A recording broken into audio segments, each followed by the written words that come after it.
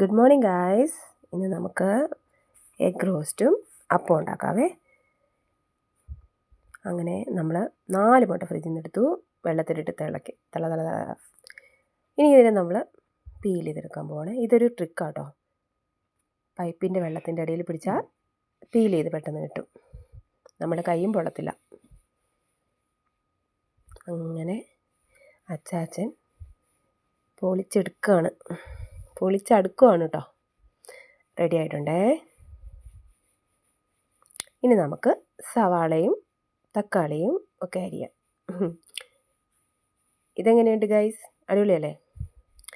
അങ്ങനെ സവാളയിലേക്ക് നമ്മൾ കടന്നിരിക്കുകയാണേ. അങ്ങനെ സവാരി ഗിരിഗിരി വെച്ച് ഉള്ളിയൊക്കെ പടപടേന്നരിഞ്ഞ് തള്ളുകയാണ് ഗൈസ്. അരിയാൻ നല്ല സ്പീഡാട്ടോ. എനിക്കിത്ര സ്പീഡൊന്നും ഇല്ലേ. ആൾ പെട്ടെന്നെല്ലാം അരിഞ്ഞ് എല്ലാം റെഡിയാക്കും. അങ്ങനെ അരിഞ്ഞ് വെച്ചിരിക്കുകയാണ് ഗൈസ്, അടിപൊളിയായിട്ട്. നല്ല ഷേപ്പൊക്കെ ഉണ്ടല്ലേ. ഇഞ്ചി കുറച്ചുകൂടെ കുനുകുനാന്നരിയായിരുന്നു. അങ്ങനെ നമ്മൾ ചട്ടി ചൂടായി, എണ്ണയിട്ട് കടുക് വറുത്ത് അതിലേക്ക് നമ്മൾ ഇതെല്ലാം ആഡ് ചെയ്തിരിക്കുകയാണേ. നമുക്കിനി മസാലകളൊക്കെ ആഡ് ചെയ്യാം. ആദ്യം നമുക്ക് കുറച്ച് ചുമയാണ് ഗൈസ്, ഭയങ്കര പനിയാണ്. മല്ലിപ്പൊടി ഇട്ടിരിക്കുകയാണ്. പിന്നെ കാശ്മീരി ചില്ലി പൗഡർ, കറിക്ക് നല്ല കളർ കിട്ടും. എരിവ് ഞങ്ങൾക്ക് 2 പേർക്കും ബുദ്ധിമുട്ടാണ്, അതുകൊണ്ട് കുറച്ച് മാത്രം ആഡ് ചെയ്യാവേ.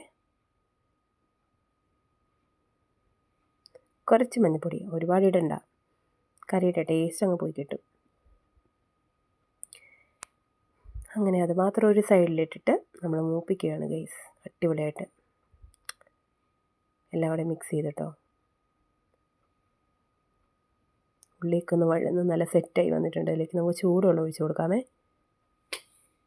അങ്ങനെ നമ്മൾ മസാല പുരട്ടി വെച്ചിരിക്കുന്ന ആ എഗ്ഗ് എടുത്ത് തള്ളുകയാണ് ഗൈസ്.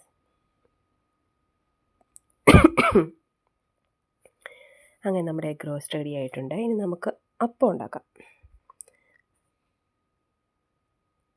അങ്ങനെ നമ്മളെ മാവെടുത്ത് ഇതിലിച്ചിരി വെള്ളം കൂടിപ്പോയി കേട്ടോ, പക്ഷെ നല്ല ടേസ്റ്റ് ഉണ്ടായേ.